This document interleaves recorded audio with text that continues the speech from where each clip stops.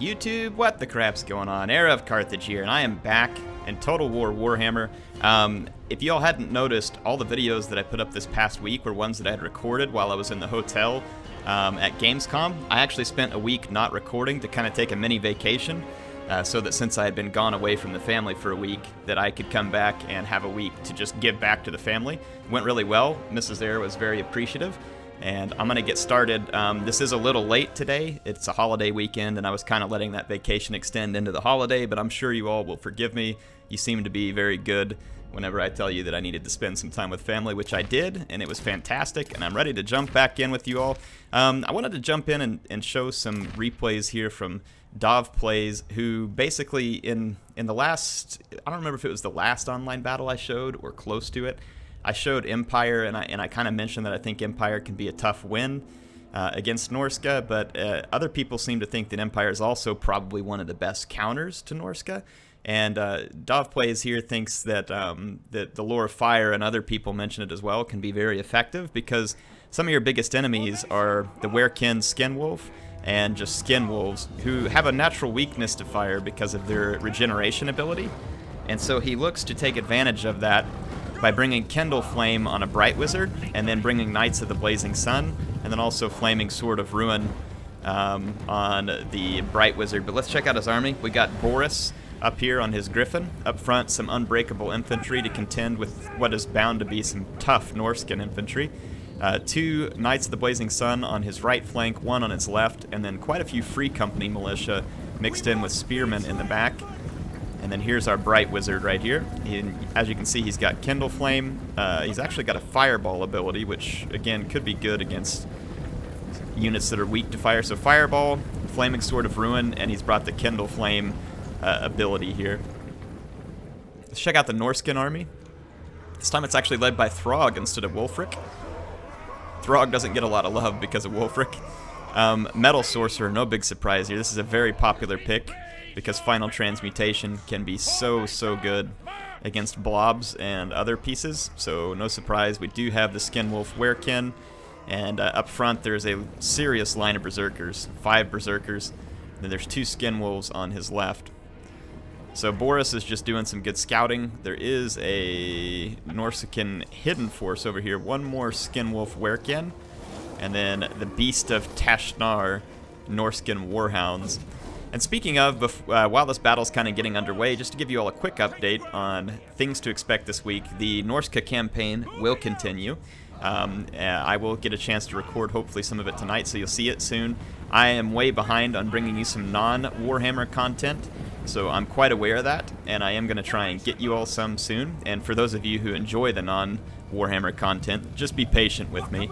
I will not forget you. There may be further in between than you like, but I won't forget you. So here comes the Skinwolves, and they're going to come up against a bunch of Knights of the Blazing Sun. And let's just see how well this flaming damage does. Oh my goodness. Holy mackerel. Well, here's going to be a Final Transmutation as well. So that's going to hurt. But those Knights of the Blazing Sun just absolutely annihilated the first unit of Skinwolves, and they're still continuing to do a lot of damage. But you can see the Final Transmutation followed up by Transmutation of Lead, trying to nerf the Knights of the Blazing Sun as much as possible, but they are still getting some serious damage done. One unit of Skinwolves gone, and another one taking damage, though this one is going to come back. It did lose half of its units.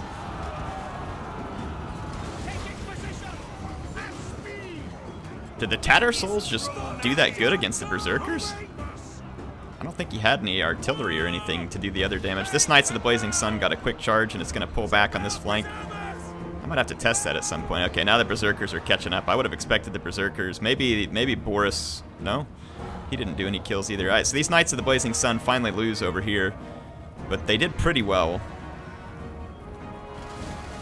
Throg is going to get through, and he is going to get absolutely... Oh, Flaming Sword of Ruin is going to put flaming damage temporarily on all these units. And Throg is weak to flaming damage, plus you have Kindle Flame. It even hits...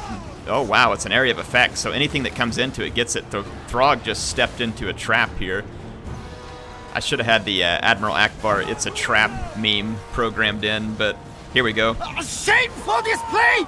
Alright, Throg, shameful display, buddy. So Throg gets absolutely savaged, and at this point, the Norscan army is in complete ruin. Pun intended, for flaming sword of ruin. Actually, the pun wasn't intended, but I'll take credit for it. This metal shaman sorcerer is going to get wrecked. Should only take moments. Fireball to just add to the pain here. Yeah, and no matter how good skin wolves are, and skin wolves are good, they're very good, and the skin wolf werekin is stupid good. Even with the price increase, the skin wolf werekin is a very, very good unit. But they're not going to be able to survive this. So the skin wolves getting taken out. Look at the skin wolf werekin. Look at that, the whole army's gone, but he's not really concerned about it right now. Because he's on frenzy, he's unbreakable as well. This fight may get a little bit closer than I initially thought it would be because some berserkers are still alive, but Knights of the Blazing Sun. So that's going to take care of that. Yeah, Knights of the Blazing Sun going to put down those berserkers. And at this point, the Free Company militia are going to be tough to deal with because they're actually pretty solid in melee. And they can shoot. And there's not a particularly large amount of armor. There's 2 skin wolves, werekin left, though. Empire just needs to keep some of its gunners alive, though, and it has a certain victory. Hey, wait a minute. Did someone mention certain victory? Victory is assured, sir! Victory is assured. Man, I forget to use the memes too often. We do need to get the Admiral Akbar, it's a trap meme in here. Audio memes. I'm not actually going to be putting stuff up on your screen to annoy you, by the way, too. These just be audio memes. Do you have any other suggestions? I think the Admiral Akbar one would be pretty good. And then, I know it doesn't relate to Total War, but I just figure it would be a good one. Any others that you all can think of? Let me know, and I'll see if I can get them added. I have like a whole meme folder on my Elgato Stream Deck. Good grief. Look at this guy go. Oh. If I ever mentioned before, this game's beautiful, because it absolutely is. That was a pretty cool one. And there was one other replay we got here that was just for fun that I just wanted to check out. I didn't know if it'd be any good, but let's check it out. We're going to check out the flame cannon. So what do you all think? Lure of Fire? I mean, it does look viable, and it's kind of cool to see because Lure of Fire was just not a pick that anybody would take for almost any reason. So I think that that was pretty cool to see Lure of Fire coming into play there and demonstrating that it is indeed kind of a counter to regeneration type units, and Knights of the Blazing Sun finding their niche there. Check this out. This is going to be an elite Dawe army up front. So Longbeards with great weapons, Grumbling Guard, more Longbeards with great weapons, Dragonback Slayers, Peak Gate Guard, Rune Lord, Rune Smith, Flame Cannon. Now, he probably didn't expect 3 pieces of artillery from the Greenskins and a huge amount of Goblin Archers, which is a very strange pick versus the Dwarves. If the Dwarves had gone like skirmisher heavy, like a bunch of Rangers, this Greenskin army would have gotten absolutely picked apart. Because Goblin Archers are absolutely awful in a ranged engagement. Did those rock lobbers hit the gyrocopter? I think they did. Wow. That's the only thing that could have hit them. Let's check out the rest of the Greenskin army. Grimgore Ironhide. He's leading the Black Orcs. Hey, and speaking of Greenskins... Let's go, lads! 2 more! Alright, I know it wasn't Grimgore, but I don't have Grimgore's Say My Name meme up here yet. But yeah, we got Grimgore. Let's see that the gyrocopters do it. Surely they're going to try and take out the artillery. Ooh, yeah, there's a lot of Goblin Archers, but they're going to try and get some damage done on the artillery. They're using bombs on the artillery, which is kind of a dangerous trade-off because all those bombs could be extremely useful against Black Orcs. If he can just get his flame cannon in range, though, but look at this is one of the reasons why the flame cannon is so underused. Look at the range on it. You almost have to support it with the Hammer of Gork. The gyrocopters, yeah, they're going to need to scoot back. Even though the Goblin Archers don't have armor piercing, with that many of them, they can definitely fend off gyrocopters. Gyrocopters, though, are going to try and be relentless and come back in. They know they have to get rid of these guys. The flame cannon's now in range if it wants to fire, but it's going to have to be protected because there are boar big guns around. The main contingent of dwarf infantry is pretty tough. It can't hold up against black orcs, but with the right buffs, it could certainly give them a tough fight, and they have the right pieces for that because the Rune Smith and the Rune Lord. But ooh, those Peak Gate Guard, the hammerers are getting hammered, but these flame cannons now have access to an infantry blob, which is going to be their #1 usefulness. Oh. Curse of Bad Moon all over the top of a very compact Dawi formation. That might actually be pretty useful, especially if the curse lasts long enough that its impacts are felt during combat. Only a couple of units took the curse, though, and the curse is already gone because it wasn't overcast, so it's probably just a lot of wasted magic. So the mainline fight has commenced. The flame cannon so far has not gotten a ton of kills, and the gyrocopters are being mismicroed right now against a whole bunch of goblin archers. But in the mainline engagement, the Black Orcs are going to find it difficult to punch through quickly because of the Rune of Wrath and Rune of Negation. Ooh, those boar boys, though, are now going to get pinned by Dragonback Slayers. They are going to die a very quick death. So what was a nice rear charge is going to end up being their very, very quick demise. Here we go being used. That's going to give the Greenskin units a huge punch, but it was used at the same time as Wa, which is kind of a waste, because combined together, having over 100 melee attack is actually somewhat useless. It should have been used back-to-back to extend the melee effectiveness rather than to do it the way they did there. The Grumbling Guard are holding out quite nicely, and the Flame Cannon just found a blob of archers and picked up 56 kills almost instantly. And after having ripped the Boar Boys a new hole, the Slayers are going to get back into combat, and the infantry fight is going to slog on here. Grimgore is definitely damaging the Rune Lord pretty badly. The gyrocopters are still alive, and now the flame cannon, which is in danger of being hit by the goblin archers, but they're not targeting it. It's going to target the blob of goblin archers. And again, when I said it was good against blobs, there's your proof, in case you needed any. But again, this is a very, very niche weapon. It's going to be more useful in campaign than it will in multiplayer. This required a pretty big mistake on the Greenskin player's part to blob up all of his units like that, but you can see the punishment level when it happens. The punishment is significant. So you can see the Black Orcs, they're quite effective, but the Dawi Infantry's leadership is just near unbreakable because of the units through here. Grimgore is going to get through to the Rune Lord, and he's going to rue the day. Yeah, the Rune Lord is intelligently running away. He's used the Master Rune of Oath and Steel again, which will slow down the Black Orcs' ability to kill the Dwarf Infantry, and then Grimgore maybe trying to get to the Flame Cannon. Looks like the Gyrocopter is being used to try and pull down. There's two Shamans. There was a Night Gobbo Shaman and an Orc Shaman. Very weird Greenskin pick. Neither one of these armies would I say is really a competitive online army, but it's fun. Grimgore with a bunch of Black Orcs is always a fun pick. Let's get a look up close. Flame cannons look freaking awesome, there's no doubt about that. Grimgore is putting up a mighty fight here.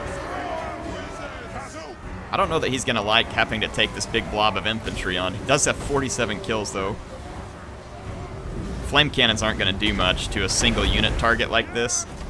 They're definitely better versus the blobbed up infantry, but you saw that because they instantly got a ton of kills. Look at the near unbreakable nature of these Dawi infantry. Like I said, that's the problem, is Greenskin infantry, even Black Orcs, can break a lot easier than Dawi infantry with a Runesmith, a Thorgrim, or a Rune Lord.